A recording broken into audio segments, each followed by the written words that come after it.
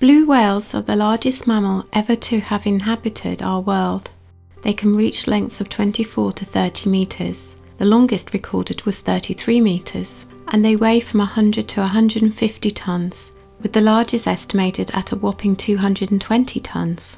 These magnificent giants, along with other cetaceans, rarely suffer from cancer, and scientists wonder if they could provide information that could help treat the disease or even prevent it in us humans.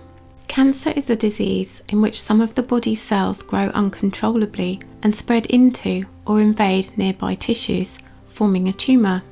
Unlike benign tumours, cancer cells can travel to distant places in the body to form new tumours in a process called metastasis. Cancer develops through the accumulation of mutations, which cause changes to genes that control how our genes grow and divide.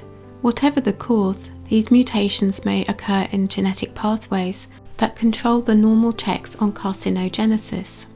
If an organism has a long lifespan, its cells have more time to accumulate mutations, which means that as we get older, the chances of getting cancer increases. Also, the more cells you have, i.e. the larger your mass, the more chance you have of getting cancer as you have more cells dividing.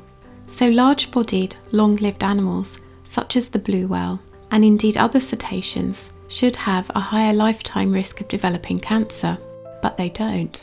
A blue whale is 1,000 times larger than a human.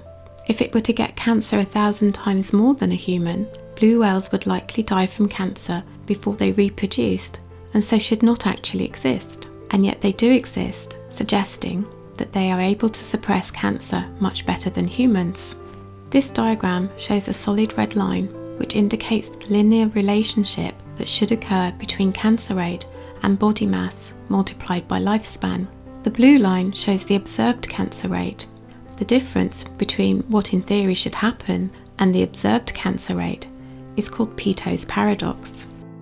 In fact, evidence suggests that larger, long-lived mammals actually get less cancer. The diagram also shows a duck-billed dinosaur. Evidence of bone cancer has been seen in fossils of these animals, but not in other large dinosaurs. These dinosaurs are roughly the same mass of elephants, but the fossil record suggests that cancer was more prevalent in them than in elephants. The hypothesis as to why that should be is that the duck-billed dinosaurs had rapid growth and a shorter lifespan. That evidence of cancer can be detected in the fossil record simply blows my mind, and I'm hoping that Ben will dedicate a video to it.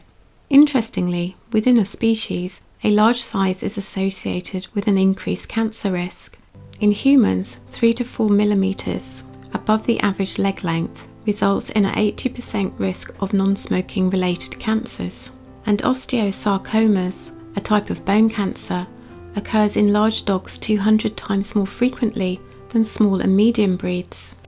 The majority of cancer research focuses on cancer treatment rather than prevention, but the concept of cancer prevention is becoming increasingly attractive. So how could this information about cetaceans be used to help in the treatment and prevention of cancer? It is evident that large, long-lived animals such as cetaceans have evolved mechanisms which enable them to suppress cancer. And if we can discover a potential mechanism for cancer suppression, then new approaches to cancer prevention in humans could be developed. In a paper published in 2021, the authors looked at how cetaceans could resist cancer.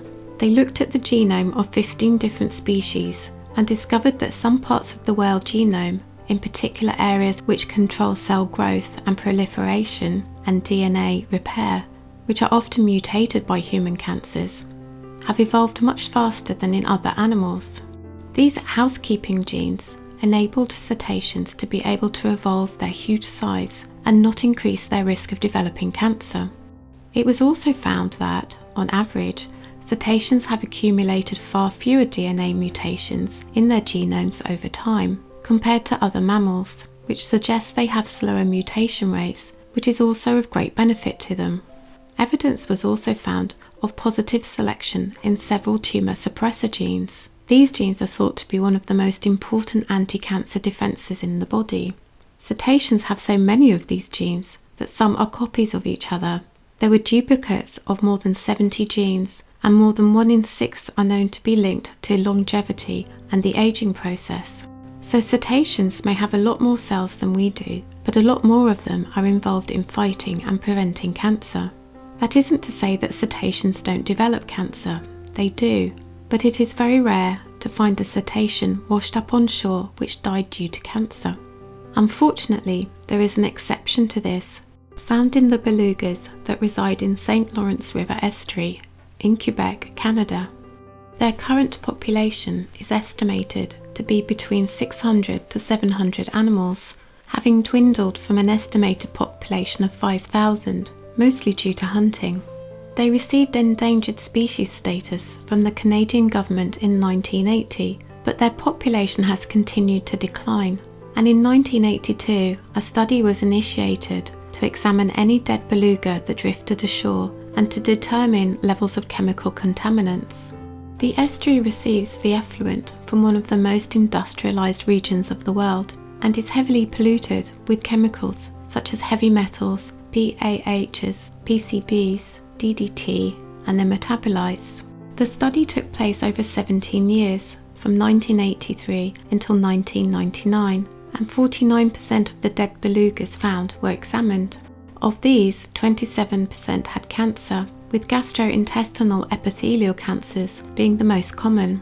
The St. Lawrence belugas dig into sediments and feed on significant amounts of bottom invertebrates. These invertebrates are living in sediments contaminated by PAHs and could be the reason why they suffer mostly from digestive tract cancers. The annual rate of cancer was estimated to be 163 per 1,000 animals for all cancer types. This is much higher than that observed in domestic animals and humans, and considerably higher than the 33 cases of cancer reported worldwide in captive and wild cetaceans other than the St. Lawrence belugas. There is no evidence that cancer is frequent in belugas as a species, and given that the human population living near the beluga's habitat also have high rates of cancer, which has been related to PAHs, a reasonable hypothesis is that this high rate of cancer is caused by the pollutants found in the water. This is such a sad situation for both the belugas and humans, and yet again one of our making. Even with their superhero genes, these poor belugas can't fight the cancer caused by the pollutants.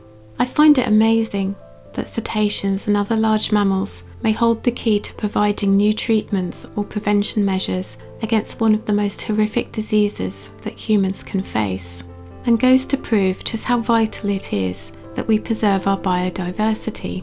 Who knows what organisms can help change our world to make it a safer place and one in which there is less suffering.